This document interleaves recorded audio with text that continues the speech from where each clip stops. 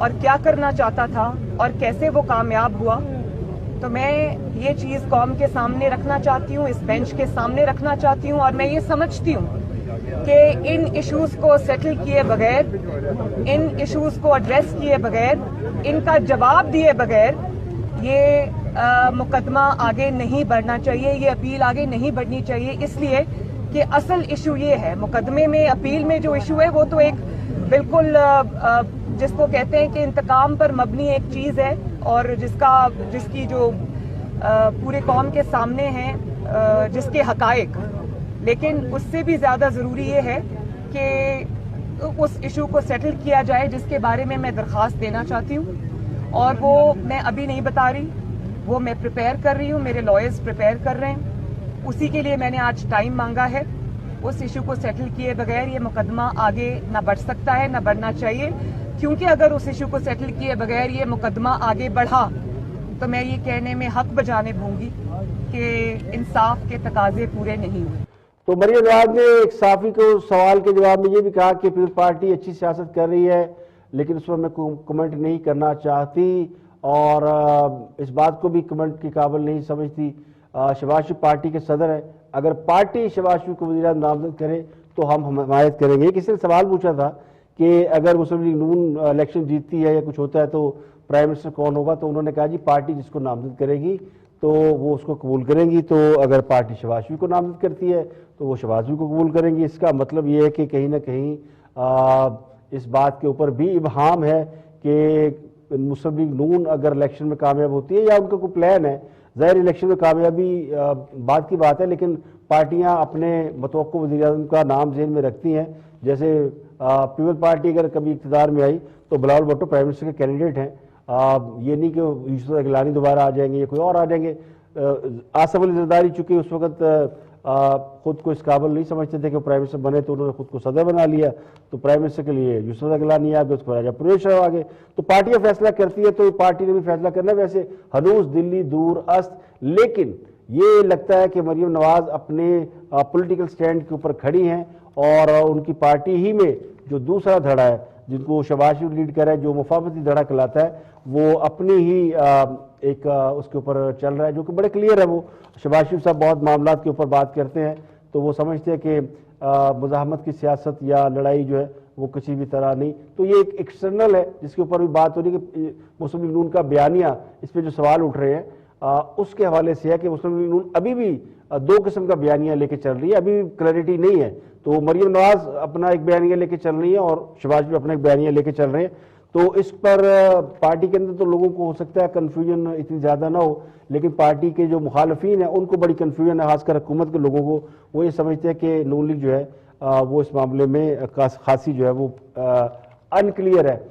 تو یہ ہے صورتحال کہ ابھی لانگ مارچ بھی ہونا ہے، اور یہ اناؤنس کیا ہوا ہے پی ڈی ایم نے، لیکن پی ڈی ایم کہاں ہے اور مولانا فضل الرحمان کہاں ہے، اور وہ کب لانگ مارچ کریں گے، کب پی ڈی ایم اپنی تحریک چلائے گی، یہ ابھی کوشچن مارک ہے۔ بلاول بھٹو یہ کہہ رہے ہیں کہ حکومت کو گھر بھیجنے کا فارمولہ ان کے پاس موجود ہے، یہ بات وہ شہباز شریف اچھی طرح جانتے ہیں کہ فارمولہ کیا ہے، وہ ان ہاؤس تبدیلی کا فارمولہ ہے، لیکن ہنوز نہ ان ہاؤس تبدیلی میں بات ہو رہی ہے، نہ ہی سڑکوں اور گلیوں میں کوئی بات ہو رہی ہے کہ جی کسی قسم کی ایجیٹیشن کر کے تحریک چلا کے حکومت کو تبدیل کیا جائے۔ تو لگتا ہی ہو کہ کہیں نہ کہیں کوئی ایسی انڈرسٹینڈنگ ڈیولپ ہوئی ہے جس کے بارے میں شاید ابھی ان اناؤنس جسے کہتے ہیں، غیر اعلانیہ، کہ جس پر بھی کھل کر بات نہیں کی جا رہی کہ کیا یہ قبل از وقت الیکشن کی وجہ سے اس طرح ہو رہا ہے کہ کوئی واضح پوزیشن پارٹیاں نہیں لے پا رہی ہیں۔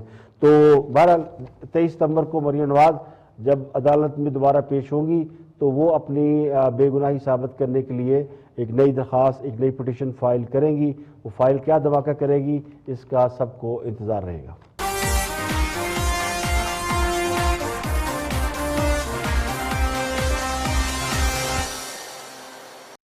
اور اب کچھ بات کرتے ہیں طالبان کے حوالے سے۔ طالبان نے نئی حکومت کا اعلان کر دیا ہے، اور سرپرائزنگلی ملا عبدالغنی برادر کی جگہ ملا محمد حسن احمد کو افغانستان کا نیا وزیر اعظم منتخب کیا گیا ہے۔ ملا حسن احمد آخر ہے کون، اور انہیں ملا عبدالغنی برادر پہ ترجیح کیوں دی گئی ہے، ان کی سیاسی زندگی کے حوالے سے کچھ باتیں آپ سے شیئر کر لیتے ہیں۔ ملا محمد حسن احمد طالبان کے پہلے دور حکومت میں وزیر خارجہ کے عہدے پر فائز تھے۔ جب اسامہ بن لادن والا معاملہ آیا تھا تو حسن احمد افغانستان کے فورن منسٹر تھے. طویل عرصے تک طالبان کی جو رہبر شورا ہے اس کے وہ سربراہ رہے. یہ طالبان کے پہلے وزیر خارجہ تھے. بعد ازاں طالبان کے 1996 سے 2001 تک رہنے والے آخری دور حکومت کے دوران یہ ڈپٹی پرائم منسٹر تھے. افغانستان میں حکومت کے نئے سربراہ کے طور پر ملا حسن احمد کا نام ان کے نائب عبدالغنی برادر نے تجویز کیا ہے، جن کا نام خود پرائم منسٹرشپ کے لیے آ رہا تھا. اب ملا حسن احمد کا تعلق قندھار سے ہے جہاں فارسی بان زیادہ ہوتے ہیں، اور قندھار وہ علاقہ افغانستان کا جس کے بارے میں یہ معلومات ہیں کہ یہاں پہ سب سے پہلے القاعدہ نے جنم لیا، القاعدہ کی یہاں پہ ترویج ہوئی، اور القاعدہ نے باقاعدہ طور پر قندھار کو اپنا مرکز بنایا. القاعدہ سے تعلق رکھنے والے زیادہ تر افراد کا تعلق ہی قندھار سے تھا. اقوام متحدہ کی جانب سے جن افراد پر پابندیاں عائد کی گئی تھی ان میں اس فہرست میں ملا حسن احمد کا نام بھی شامل تھا، چونکہ یہ ملا عمر کے بڑے قریبی ساتھی تھے، اعتماد کے ساتھی تھے. اور اب ملا عمر کے جو بیٹے ہیں اور ملا عمر کے جو طالبان کے اس وقت ہیڈ ہے ہیبت اللہ، وہ بھی حسن احمد کا بہت احترام کرتے ہیں اور انہیں اپنا سیاسی سرپرست اور اتالیق مانتے ہیں. تو ملا عمر کے قریبی ساتھی اور سیاسی مشیر کے طور پر ان کو پولیٹیکل ایڈوائزر تھے، تو ان کا اس وجہ سے جو ہے نام لیا گیا اور ان کو اس وجہ سے بنایا گیا. تو نئی اسلامی حکومت کے قائم مقام سربراہ محمد حسن احمد، جبکہ ملا عبدالغنی برادر اور ملا عبدالسلام ان کے نائب ہوں گے. 27 رکنی کابینہ میں 14 افراد اور ان کے عہدے جو ہے وہ آپ کو بتا دیتے ہیں، کیونکہ یہ خبر تو سب آ چکی ہے لیکن پھر بھی ریکال کر لیتے ہیں. اس میں بہت سے نام لوگ جانتے ہیں. حسن احمد پرائم منسٹر ہے، ملا عبدالغنی برادر یہ نائب پرائم منسٹر ہے، ملا مولوی عبدالسلام حنفی نائب پرائم منسٹر ہے، 2 نائب پرائم منسٹر بنائے گئے ہیں. مولوی محمد یعقوب مجاہد یہ دفاع کے منسٹر ہے، سراج الدین حقانی داخلہ کے، امیر خان متقی خارجہ کے، اور ملا عبداللطیف منصور پانی اور بجلی کے وزیر ہیں. نجیب اللہ حقانی جو ہے وہ کمیونیکیشن یعنی برقی مواصلات، اور حلیل الرحمان حقانی یہ پناہ گزین افراد یعنی مہاجرین کا جو منسٹری ہے اس کے ہیں. عبدالخالق وسیق انٹیلیجنس کے، اور قاری دین محمد حنیف اقتصادیات، نور اللہ نوری سرحد و قبائل، شیر محمد عباس استنکزئی نائب وزیر خارجہ امور، اور مولوی نور جلال نائب وزیر خارجہ ہیں. تو یہ سب وہ لوگ ہیں. اس کے علاوہ اور بھی لوگ ہیں. وزیر اطلاعات ثقافت مولا خیر اللہ خواہ ہیں، نائب وزیر اطلاعات و ثقافت سبیل اللہ مجاہد، وزیر خزانہ مولا ہدایت اللہ بدری، وزیر تعلیم شیخ اللہ منیر ہوں گے، جبکہ عدالتی امور مولوی عبدالحکیم دیکھیں گے. تو طالبان ترجمان نے کہا کہ ہم کسی کی مداخلت قبول نہیں کریں گے، اور افغانستان میں مداخلت کرنے والے امریکہ کے خلاف بالآخر 20 سال بعد ہم نے جد و جہد سے فتح حاصل کر لی ہے، تو ہمارے معاملات میں پاکستان کوئی مداخلت نہیں کر رہا. یہ محض پروپیگنڈا ہے. ملا عبدالحق افغان خفیہ ادارے NDS کے سربراہ ہوں گے.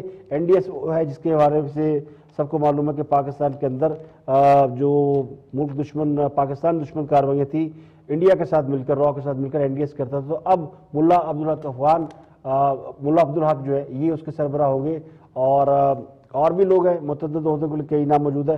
جو توقع یہ تھی کہ بہت ساری جو مشاورت ہو رہی ہے حامد کرزئی سے، حکمت یار سے اور عبداللہ سے جو کہ افغان حکومت کا حصہ رہے ہیں، تو جو نئی گورنمنٹ بنے گی وہ کوئی مشترکہ حکومت ہوگی، نیشنل گورنمنٹ ہوگی، جس میں مختلف لوگ ہوں گے طالبان کے علاوہ بھی اور لوگ ہوں گے جو کہ پچھلے کئی 10-20 سال سے افغانستان کے سٹیک ہولڈر میں شامل ہیں.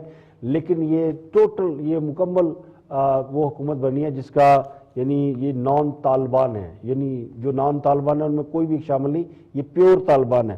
تو پیور طالبان کے لوگوں پہ مشتمل حکومت بنی ہے. تمام افراد باریش ہیں اور یہ اسلامی نظام کے لیے جو ہے وہ کوشش کرتے رہے ہیں، اور ان میں بہت سے وہ لوگ ہیں جو کہ طالبان کے پچھلے دور سے چلے آ رہے ہیں، یعنی یہ سینئر قیادت ہے.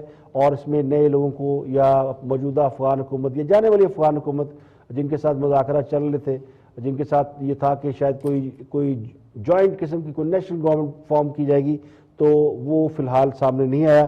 تو کیا اس حکومت کو جو ہے وہ دنیا قبول کرے گی؟ بہت سے ممالک ایسے، بلکہ دنیا میں سے بھی کسی نے بھی شاید طالبان حکومت کو ایکسیپٹ نہیں کیا. دنیا دیکھ رہی ہے کہ طالبان جو ہے وہ کس طرح آگے بڑھتے ہیں. ابھی تک امریکہ، پاکستان، ترکی سب لوگ جو ہے وہ ابھی اس کے اوپر سوچ وچار کر رہے ہیں. یہاں پہ لیکن بریک، اور بریک کے بعد واپس آئیں گے تو اور بھی ہم موضوعات آپ کے ساتھ شیئر کریں گے. ہمارے ساتھ رہیے گا.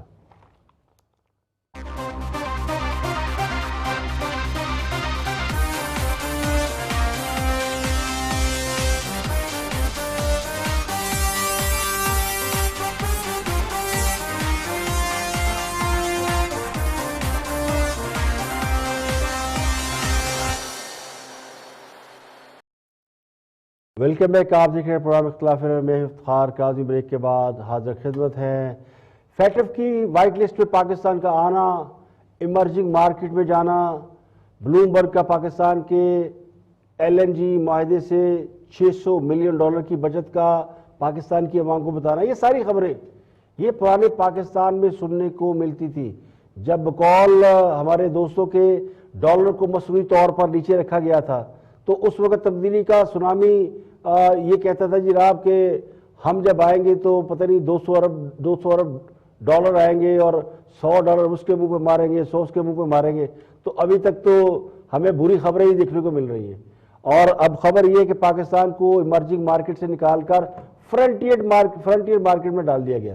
تو جس پاکستان کو بڑی محنت سے پچھلی حکومت ایمرجنگ مارکیٹ میں لے گئی تھی وہ واپس فرنٹیئر مارکیٹ میں گر گئی ہے. تو اب کیا کہیں کہ حکومت کی جو تاریخ کی بدترین کارکردگی ہے اس میں اس کا یہ ایک نمونہ ہے کہ پاکستان کو ترقی کی بجائے تنزلی کے شعبے میں دھکیل دیا گیا. کوئی ایک شعبہ بھی ایسا نہیں جو پچھلے 3 سال میں ڈاؤن ورڈ نہ گیا ہو، جو اس کی تنزلی نہ ہوئی ہو. اب لوگ گروتھ ریٹ تو چھوڑ ہی دیں، اسٹاک مارکیٹ کو چھوڑ دیں، ڈالر کو بھی چھوڑ دیں. ہر خبر جو ہے وہ ایسی آتی ہے جسے پتہ چلتا ہے کہ پاکستان کی دنیا کے اندر ویلیو کیا ہے. MSCI کی جانب سے جو نئی رینکنگ کی گئی ہے اس کے مطابق پاکستان کو ایمرجنگ مارکیٹ سے نکال دیا گیا ہے، ڈاؤن گریڈ کیا گیا ہے اور فرنٹیئر مارکیٹ انڈیکس میں شامل کیا گیا ہے. اب جو اسٹاک مارکیٹ کو سمجھتے ہیں انہیں پتا ہے کہ اس کا مطلب کیا ہے کہ پاکستان کی جو معیشت ہے وہ گرو نہیں کر رہی ہے. گرو کر رہی ہوتی تو ایمرجنگ مارکیٹ ہوتی اور ہم دنیا کے ساتھ اپنا ٹریڈ کر رہے ہوتے. تو اب وہ نہیں ہے تو وہ تو گر گئی. یعنی اب فرنٹیئر مارکیٹ انڈیکس میں ہم چلے گئے. اب یہ فیصلہ مارکیٹ کے شراکت داروں کے فیڈ بیک پہ کیا گیا ہے. MSCI جو ادارہ ہوتا ہے اس نے پاکستان کو ایمرجنگ مارکیٹ سے فرنٹیئر مارکیٹ انڈیکس میں منتقلی کے حوالے سے یہ بتایا کہ اس نے تمام سٹیک ہولڈر کی رائے دی، 6 مہینے جائزہ لیا اور سپٹمبر 2021 جو ہے اس سے یعنی یہ جو مہینہ چل رہا ہے اس میں اس کو اب فرنٹیئر مارکیٹ میں ڈالا جا رہا ہے اور پاکستان اب ایمرجنگ مارکیٹ میں نہیں ہے. جس کا مطلب یہ ہے کہ Pakistan stock market frontier market میں جو ویٹیج ہے وہ 1.90 ہوگا. تو پاکستان کی سٹاک مارکیٹ ایمرجنگ مارکیٹ تک رسائی کی ضروریات کو پوری کرتی تھی. تو MSCI کے مطابق پاکستان سٹاک مارکیٹ کا جو حجم ہے، معیارات ہیں، جو لیکوڈیٹی ہے، یہ اس کے معیار کو پورا نہیں کرتی. جو بڑا شور مچا رہی ہے ہم نے سٹاک مارکیٹ دوبارہ کھڑی کر دی ہے. تو سٹاک مارکیٹ تو گئی تھی پچھلے دور حکومت میں ریکارڈ، جو ایشیا میں سب سے ہائی گئی تھی، ساؤتھ ایشیا میں نمبر 1 تھی اور پاکستان ایمرجنگ اس میں گیا تھا. اس فیصلے سے پاکستان کے مجموعی طور پر 19 ادارے ایمرجنگ مارکیٹ انڈیکس میں شامل تھے، جن میں 3 بڑے والیوم کے ساتھ اور 16 چھوٹے حجم کی حامل کمپنیاں تھیں. تو اس فیصلے کے بعد یہ جو بڑے حجم اور چھوٹے حجم کی جو ایجنسی وہ ہیں ادارے یا کمپنیاں، یہ اب ساری فرنٹیئر مارکیٹ انڈیکس میں چلی گئی ہیں. تو آپ کی سٹاک مارکیٹ کے اس کے اوپر کیا اثرات ہوں گے وہ آپ کو آنے والے وقت میں معلوم ہو جائے گی. ڈالر ویسے ہی پٹ رہا ہے اور بری طرح پٹ رہا ہے اور اتنا پٹ رہا ہے کہ اس کی ماضی میں کوئی مثال نہیں ملتی. پاکستان کی تاریخ کا ہائیسٹ ریٹ جو 169 وہ ڈالر ٹچ کیا ہوا 170 تک چلا گیا ہے. اور اس کے برعکس دیکھیں، یہ کہتے ہیں حالات ایسے وہ آپ دیکھیں افغانستان میں حالات کتنے خراب ہیں. ایک حکومت چینج ہوئی ہے اور وہ جو حکومت ڈالر لے کے بانٹ رہی تھی وہ حکومت چلی گئی ہے. اب وہ حکومت ہے جس کے بعد نہ ڈالر ہے نہ کچھ اور ہے، لیکن اس کے باوجود افغانی جو ہے وہ پہلے سے زیادہ جو ہے وہ سٹرونگ ہو گیا اور روپیہ جو ہے وہ مسلسل ڈاؤن فال پہ چل رہا ہے. تو یہ ہے آپ کی معیشت کے وہ تمام اعداد و شمار. تھوڑی سی مشکل خبر ہے، سمجھنے میں ذرا مشکل ہوگی، ہمیں بھی مشکل پیش آ رہی ہے، لیکن بنیادی مقصد یہ ہے کہ پاکستان کو کی جو عالمی رینکنگ ہے اس حوالے سے ایمرجنگ مارکیٹ اور فرنٹیئر مارکیٹ اس میں آپ کی تنزلی ہوئی ہے اور اب دنیا کے اندر ایمرجنگ مارکیٹ کے طور پر نہیں جانے جائیں گے اور آپ کی سٹاک مارکیٹ وہ جو ہے عالمی معیار پہ فی الحال اس کو ٹچ نہیں کر رہی. تو آج کے لیے اتنا ہی. کل پھر حاضر ہوں گے مزید خبروں تبصروں تجزیوں کے ساتھ. پروگرام اختلاف رائے سے افتخار کاظمی کو اجازت دے. اپنا بہت بہت خیال رکھیے گا.